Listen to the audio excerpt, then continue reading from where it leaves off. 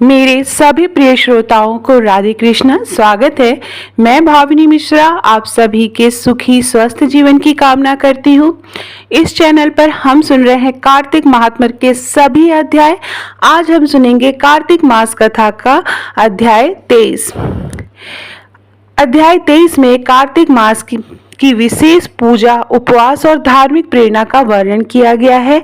इस अध्याय में तुलसी पूजा, दीपदान और आंवले के वृक्ष की पूजा का वर्णन किया गया है। तो चलिए हम सब प्रेम से बोलेंगे, ओम नमो भगवते वासुदेवाय।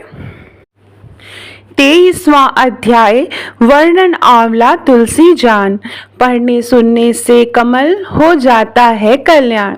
नारद जी बोले, हे राजन, यही कारण है कि कार्तिक मास के व्रत उद्यापन में तुलसी की जड़ में भगवान विष्णु की पूजा की जाती है।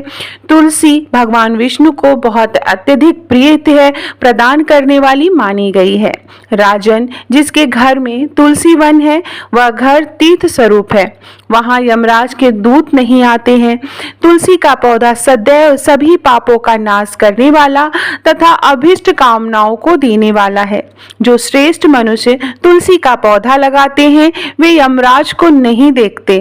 नर्मदा का दर्शन, गंगा का स्नान और तुलसी वन का संसर्ग, ये तीनों एक समान कहे गए हैं। जो तुलसी की मंजरी से संयुक्त होकर प्राण त्याग करता है वह सैकड़ों पापों से युक्त ही क्यों न हो तो भी यमराज उसकी ओर नहीं देख सकते।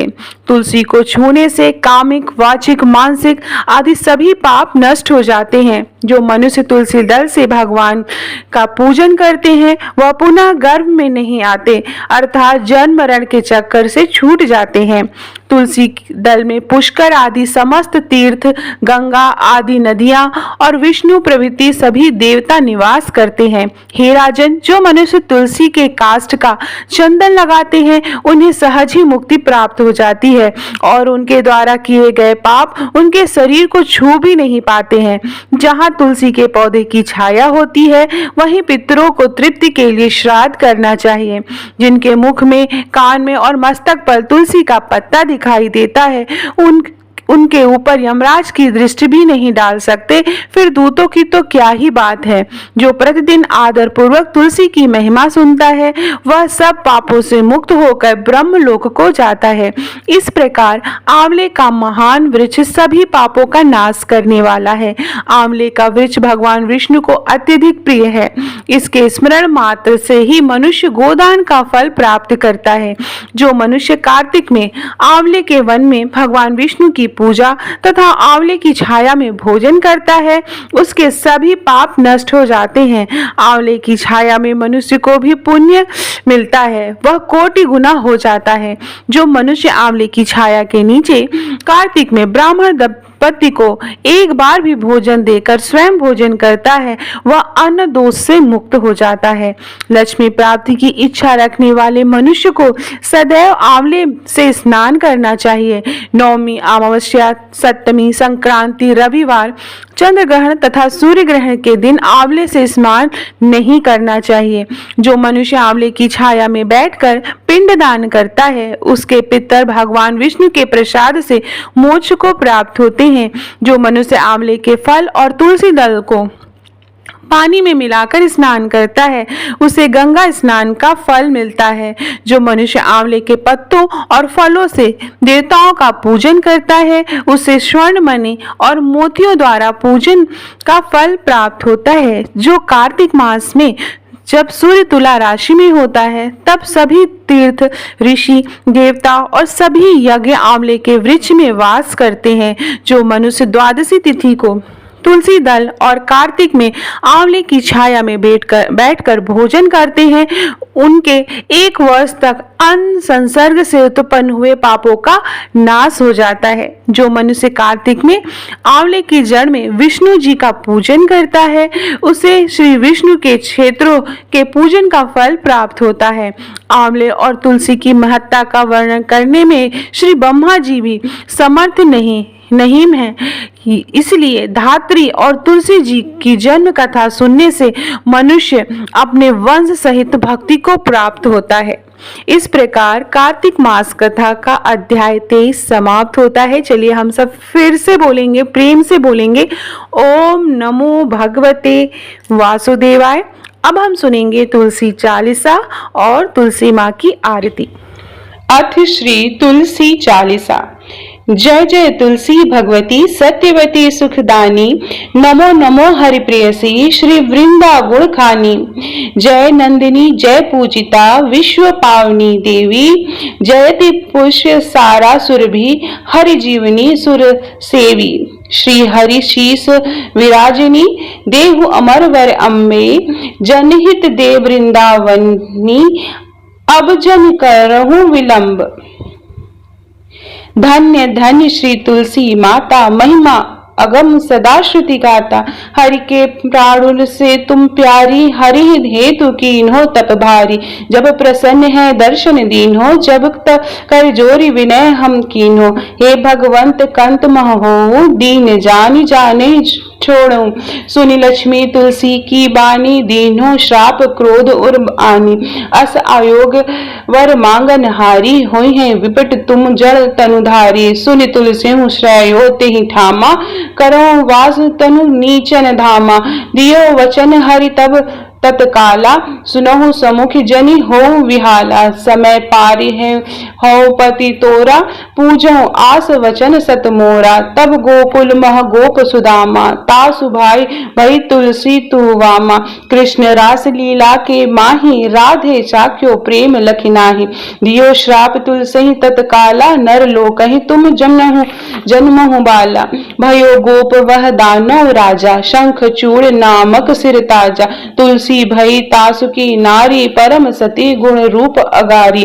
अस है कल्प बीत जब गए हूँ, कल्प तृतीय जन्म तब भय हूँ। वृंदा नाम भयो तुलसी को, असुर जलंधर नाम पति को।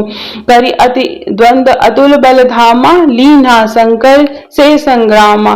जब निज सैन्य सहित शिवहारे, मरहि न तब हरहि पुकारे। पतिव्रता वृंदा थी नारी, को न सके पति संहारी। जब जलंधर ही भेष बनाई, वृंदा डींग हरि पहचो जाय। शिव हित लही करी कपट प्रसंगा, कियो सतित्व धर्म तेहि भंगा। भयो जलंधर कर संहारा, सुनि वृंदा उर शोक अपारा। तिहि छड़ दियो कपट हरि टारी, लखि वृंदा दुख गिरा उचारी। जलंधरहि जस हथ्यो अभीता, सोई रावण है हरहि सीता। अस प्रस्तर सम हृदय तुम्हारा, धर्म खंडी मम पतहि संहारा। यही कारण लही श्राप हमारा, होए तनु पाषाण तुम्हारा। सुनि हरि तुरत ही वचन उचारे, दियो श्राप तुम बिना विचारे। लाख्यो नन निज करतहि पति को, छलन चहो जब पार्वती को। जड़मणि तहु अस हो जड़ रूपा, जगमहि तुलसी विपट अनुपा। धरो रूप हम शालिक रामा, नदी गंडकी बीच ललामा। जो तुलसी दल हमहि चढ़ाई, सब सुख भोगी परम पद पाई। बिन तुलसी हरि जलत शरीरा, अतिशय उठत शीश उर पीरा। जो तुलसी दल हरि शिर धारत, सो सहस्त्र घट अमृत डारत। तुलसी हरि मन राजनी हारी, रोग दोष दुख भंजनिहारी। प्रेम सहित हरि भजन निरंतर, तुलसी राधा में नहीं अंतर। व्यंजन हो 56 प्रकारा, बिन तुलसी दल हरे न प्यारा। सकल तीर्थ तुलसी तरु छारी, लहत मुक्ति जन संशय नाही। कवि सुंदर इक हरि गुण गावत, तुलसी निकट सहस गुण पावत। बसत निकट दुर्वासा धामा, जो प्रयागते पूर्व ललामा। पाठ करहि जो नित नर नारी, होई है सुखी भाष्य ही त्रिपुरारी। तुलसी चालीसा पढ़हि तुलसी तक गृहधारी, दीप दान करि पुत्र फल, पावहि बांध्यो नारी। सकल दुख दारिद्र हरि, हरि है परम प्रसन्न। अतिशय धन जन लाहसी गृह, बसहि पुरा अन्न। तहि लहि अधिमत फल जगत महे, लहि पूर्ण सब काम, जय दल अर्पहि तुलसी तह सहस बसहि हरिधाम। तुलसी महिमा नाम लख हलसी सुत सुख राम, मानस चालीसा रच्यो जगमह तुलसी धाम। इति से तुलसी चालीसा समाप्तम। तो प्रेम से बोलिए तुलसी मैया की जय। अब तुलसी माता की हम आरती पढ़ेंगे।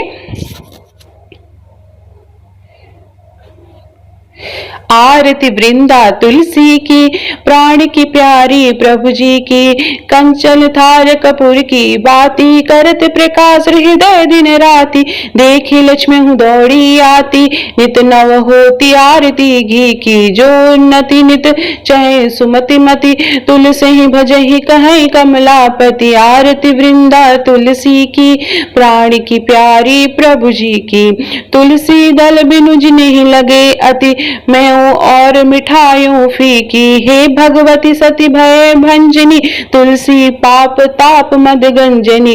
आरती वृंदा तुलसी की, प्राण की प्यारी प्रभु जी की, नित नूतन मानस मनोरंजनी, हरि की परम प्रिया तिनी की, प्रेम होत जह तुलसी माही, भूलहि तह यमदूत न जाहि, सुंदर दास रहत अगनाही, भजति मिटा भव जलनी जी की। आरती वृंदा तुलसी जी की, प्राण की प्यारी प्रभु जी की, आरती वृंदा तुलसी जी की, प्राण की प्यारी प्रभु जी की। तो ये थी तुलसी महारानी की आरती, जो शाम को जब आप दीपदान करेंगे या सुबह दीपदान करेंगे तो तुलसी माँ को जरूर आप आरती करें तुलसी माँ की। और 1 महीने, आप साल भर तुलसी को दिया नहीं जलाते हैं, लेकिन ये कार्तिक मास में आप तुलसी में दिया जरूर जलाएं। तुलसी माँ को शाम के समय स्पेशली आप दिया जरूर जलाएं। तो आप सभी को कार्तिक मास की बहुत बहुत शुभकामनाएं। और आपको मेरी आवाज पसंद आ रही हो, मुझसे कथा सुनना पसंद आ रहा हो, तो प्लीज कमेंट बॉक्स में राधे कृष्ण जरूर लिखिएगा। ये कार्तिक मास हम सबके जीवन में सुख और खुशहाली, ऐश्वर्य, सुख, समृद्धि लेके आए, इसी की कामना करते हुए प्लीज मेरे चैनल को सब्सक्राइब कर लीजिएगा। बहुत बहुत धन्यवाद ये वीडियो देखने के लिए। और आपको सभी अध्याय के करके इस महीने में आपको कार्तिक मास के मिलेंगे।